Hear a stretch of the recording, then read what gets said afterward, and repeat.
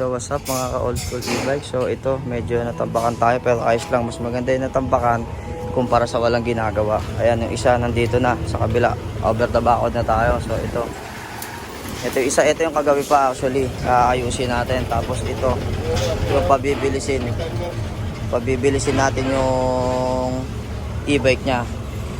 Kaya gusto niyang angat yung makina at saka yung controller. Tapos ito pa yung isa si tatay. So ito lahat ng gulong, ewan ko lahat ng gulong or bearing, ito double check pa, kararating lang nito. Tapos yun, meron pa tayong isa, yan si tatay, si nanay, shout out. Tapos ito pa isa maputi, yung kagabi din to sinisimulan na. Tapos ito ayusin na, kukunin na rin ngayon. So yun lang, alam niyo na, walang iba. Ayun pa isa. So yun, alam mo na, walang iba, dito lang yan, old school e-bike. So what's up mga ka-old school e-bike. Biyahe muna tayo ngayon kasama ang ating malupiting rider in tandem. Yan, shout out kay Norel Butingting. We Butingting everything yan. Pag kailangan nyo ng mga electronics, metal works, kahit hindi usira, pwede nyo ipaayos sa kanya. Meron tong paskill din sa shop natin. So ngayon maiba naman, bibiyahe kami ng papunta ng Amaya kasi may customer na tumawag, rush ngayon. Checking, hindi nila alam wala raw power, ayaw umandar. Hindi na, check muna natin. So ayan, biyahe kami. So mamaya update pag nandun na tayo sa bahay ng customer kung ano talaga yung pinakasira. Ayan, so shoutout na sa customer na taga Amaya. Salamat ma'am, kahit malayo, pinili nyo pa rin ang old school e-bike.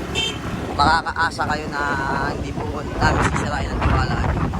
So yan, palabas na kami ng Angel Inn, kung ano man yan, Inn na yan, palabas na kami dyan. So yan, shortcut kami at kasi fiesta bukas sa Barangay Punta. So happy fiesta in advance.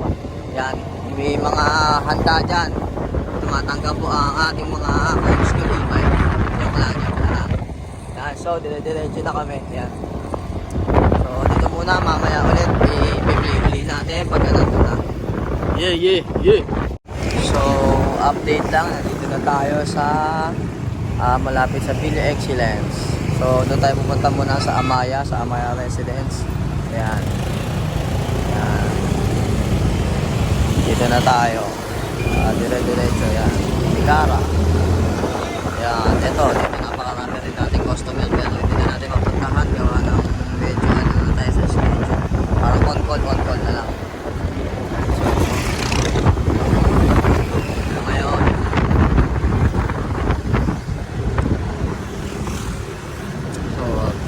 dito ingat lang tayo, ginagawaan tulay lalo sa gabi, mga umuwi ng gabi. Yan, ingat tayo dito.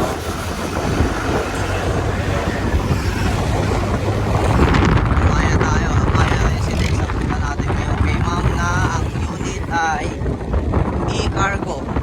Yan, ayaw umandar ng unit nya, tapos kalbo na raw yung mga gulong. So i-check natin, may pag-asa pa.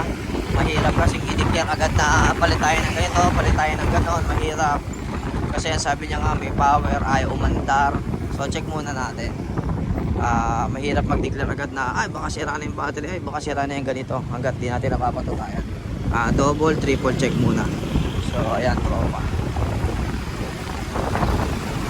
tricycle natin.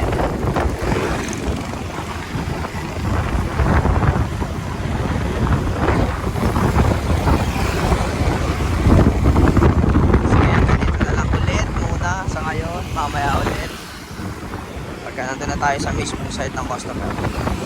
Yeah. Kaya residence, nandito na kami. Yan, kalang.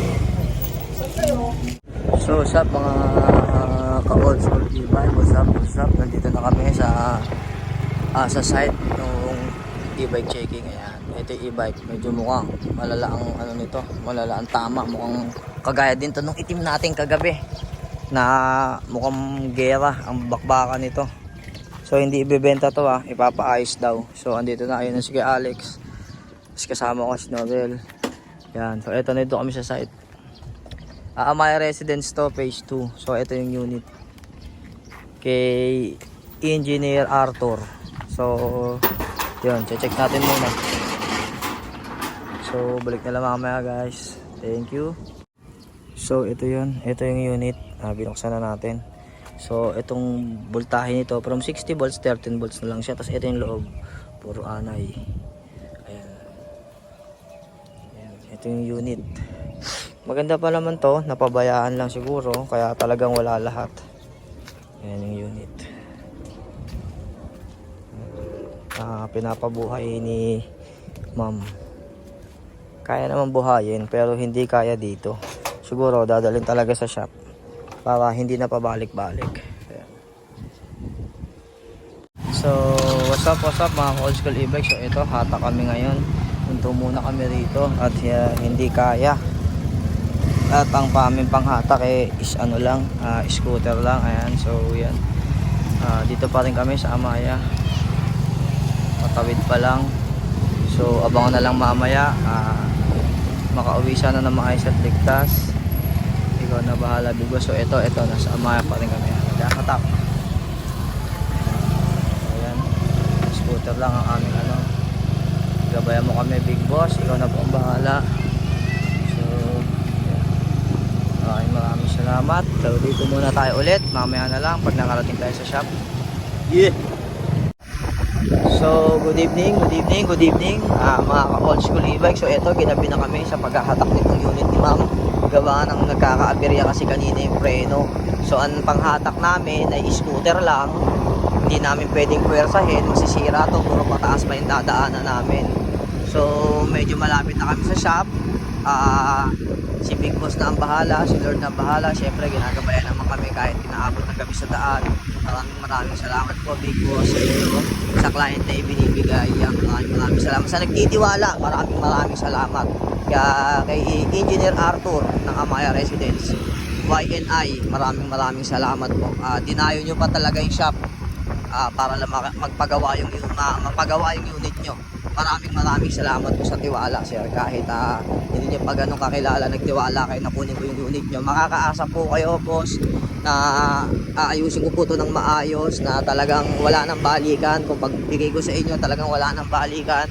Totaling magagamit nyo na po sa trabaho. Maraming salamat po. Ayan, dito na kami sa Wellington. So medyo madilim talaga dito sa daanan na to sa gabi. Sa umaga naman parang madilim, ay maluwag ang daan na to sa siyempre madilim gabi. Yan. So maraming salamat po. Yun lang, update na lang pag nasa shop na. So good evening guys, nakarating kami rito sa shop ng maayos at ligtas. Salamat, Big Boss. Yan, tatapusin to, kukunin ngayon, tatapusin din to. So ito yung bagong hatak namin. Ayan, hindi naman bagong hatak, gagawin hinatak galing Amaya Residence. So ayan, malamang sa malamang overtime na naman. Okay, so abangan nyo na lang. Medyo mahaba-haba ata itong video natin ngayon. Ayan, tatapusin na to. Papalitan na ng battery, bubuhayin na to. Gabi na nagpuntahan yung mga customer, so kailangan matapos yung lahat. Ayun pa isa. Okay, yan, dito lang yan. Alam mo na, walang iba.